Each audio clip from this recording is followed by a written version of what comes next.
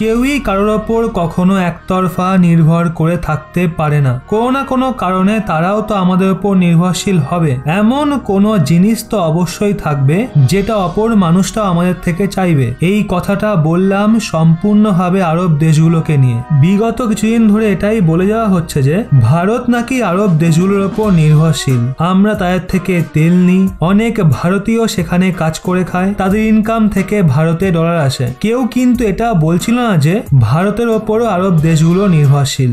আজ আরব দেশগুলো গোটা বিশ্বের সামনে উজাড় করে বলেছে ভারত দয়া করে আমাদের দিকেও নজর রেখো। এখন দেখার বিষয় এটাই, ভারত এখন আরব দেশগুলোর কথা শোনে কি না।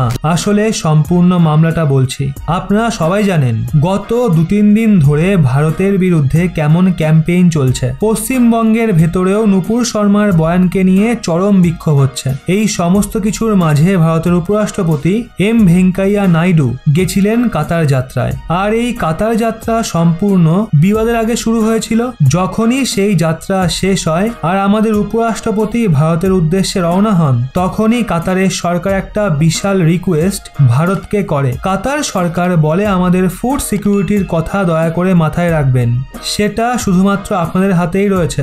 আসলে এটা অনুমান করা হচ্ছে আগামী 2 বছর ভীষণই কঠিন হবে, মারাত্মক রকমের খরা হবে। সেক্ষেত্রে খাদ্য সামগ্রীর পরিমাণ আগামী 2 বছরে অনেক কমতে চলেছে। এক্ষেত্রে ওই দেশগুলো যারা প্রচুর পরিমাণে খাদ্য সামগ্রী উৎপাদন করে, যেমন ভারত, রাশিয়া, ইউক্রেন, আমেরিকা, এই দেশগুলোর মাহাত্ম্য অনেক বাড়তে চলেছে।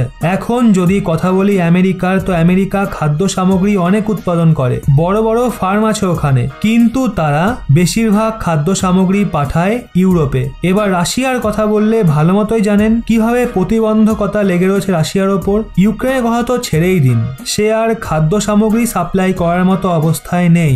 আগামী 2 বছরে সে কতটা রিকভার করতে পারবে সেটা বোঝাও যাচ্ছে না। এক্ষেত্রে ভারতই খাদ্য সামগ্রীর অনেক বড় উৎপাদক এবং এক্সপোর্টার। সেই জন্য আরব দেশগুলো চায় ভারত এমন কঠিন সিচুয়েশনে তাদের সঙ্গ দিক, তাদের খাদ্য সামগ্রী প্রোভাইড করুক। স্ক্রিনে আপনারা দেখতেই পারেন আমাদের ফুড সিকিউরিটি আপনাদের হাতে। এমনকি কাতার ভারতের থেকে অ্যাসুরেন্স চেয়েছে যেন ভারত অ্যাসুরেন্স দেয় তাদের খেয়াল রাখার। আমাদের উপরাষ্ট্রপতি বলে দেন চলুন কোনো ব্যাপার না, আমরা আপনাদের ফুড সিকিউরিটির ওপর নজর রাখবো। কিন্তু এটা তো আগামী সময়ে বলবে যে ভারত আরব দেশগুলোর সঙ্গে কেমন ব্যবহার করবে। কিন্তু আমার এখন মনে হচ্ছে তাদের মুখ এখন পুরো বন্ধ হয়ে যাবে যারা বলছিল ভারত তো আরব দেশগুলোর ওপর নির্ভরশীল, আরব দেশগুলো যা বলবে ভারত তাই করবে।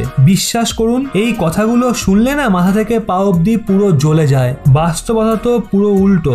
ভারত আরবের তেল ছাড়াও কাজ চালিয়ে নিতে পারবে, ওখান থেকে উপার্জিত ডলার ছাড়াও কাজ চালিয়ে নেবে। কিন্তু ভারত থেকে খাদ্য সামগ্রী না গেলে তো আরবের একটা দিনও চলবে না। আজ্ঞে হ্যাঁ, তাই এটা সবার মাথায় রাখা উচিত। এই নিয়ে আপনারা কি বলছেন? কমেন্টে অবশ্যই আপনাদের মতামত জানান।